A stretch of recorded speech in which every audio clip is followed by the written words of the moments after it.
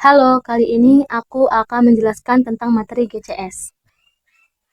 Apa itu Glasgow Coma Scale atau GCS? Glasgow Coma Scale atau GCS adalah alat neurologi standar yang digunakan untuk mengukur tingkat kesadaran seseorang. Alat ini sangat penting dalam kondisi medis darurat, seperti cedera kepala atau stroke, untuk menilai seberapa parah kerusakan otak yang terjadi. GCS menilai respon pasien terhadap 3 kategori utama. Yang pertama, respon mata atau eyes response. Yang kedua, respon verbal atau verbal response. Yang ketiga, respon motorik atau motor response. Pertama, respon mata, eye opening. Respon mata menilai seberapa spontan pasien membuka matanya. Skor berkisar dari 1 hingga 4. Skor 4, pasien membuka mata secara spontan tanpa rangsangan. Contoh, pasien membuka mata seperti biasa saat Anda masuk ke ruangan. Skor 3, pasien membuka mata sebagai respon terhadap suara, misalnya saat Anda memanggil namanya. Skor 2, pasien membuka mata hanya sebagai respon terhadap rangsangan nyeri, misalnya tekanan pada kuku jari atau sternum. Skor 1, pasien tidak ada respon sama sekali, mata tetap tertutup bahkan dengan rangsangan nyeri. Kedua, respon verbal. V. Verbal response. Respon verbal menilai kemampuan pasien untuk berbicara secara koheren. Skor berkisar dari 1 hingga 5. Skor 5, pasien orientasi baik.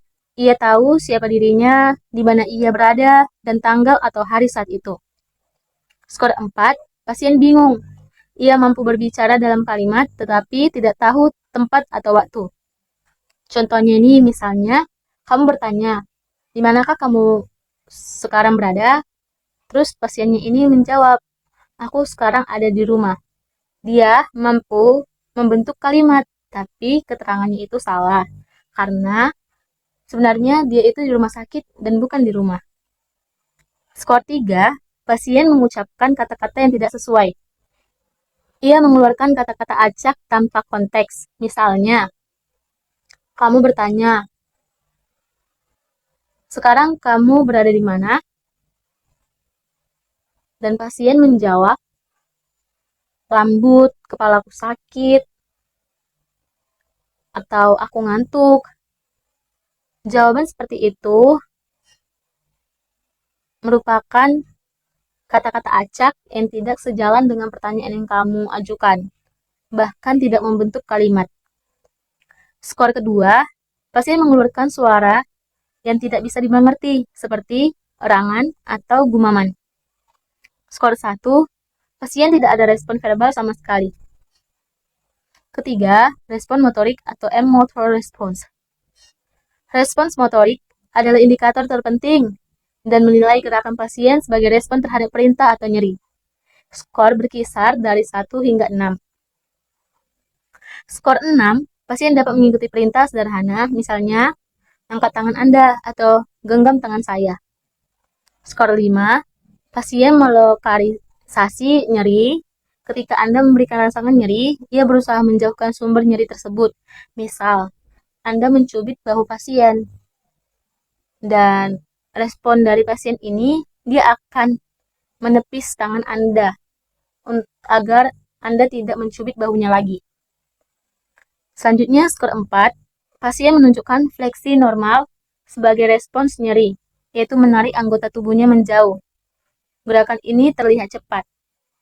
Contohnya ini Anda mencubit tangan pasien, terus dia menarik tangannya tanpa ada gerakan perlawanan atau menepis uh, tangan petugas kesehatan yang mencubit tangannya itu. Skor yang ketiga itu pasien menunjukkan fleksi abnormal, postur deserebrasi, lengan pasien melipat ke dalam dengan tangan mengepal. Gerakan ini lambat dan abnormal. Semisalnya Anda mencubit tangan pasien. Dia tidak menghindari cubitan Anda, tapi dia langsung mengarahkan tangannya seperti memeluk badan dan menggepal tangannya. Selanjutnya, skor kedua, pasien menunjukkan ekstensi abnormal. Postur dekortikasi lengan dan kaki pasien lurus kaku keluar. Semisalnya Anda memberikan rangsangan nyeri kepada pasien, dia hanya kaki dan tangannya hanya kaku saja keluar. Dan yang terakhir, skor 1, pasien tidak ada respon motorik sama sekali terhadap nyeri.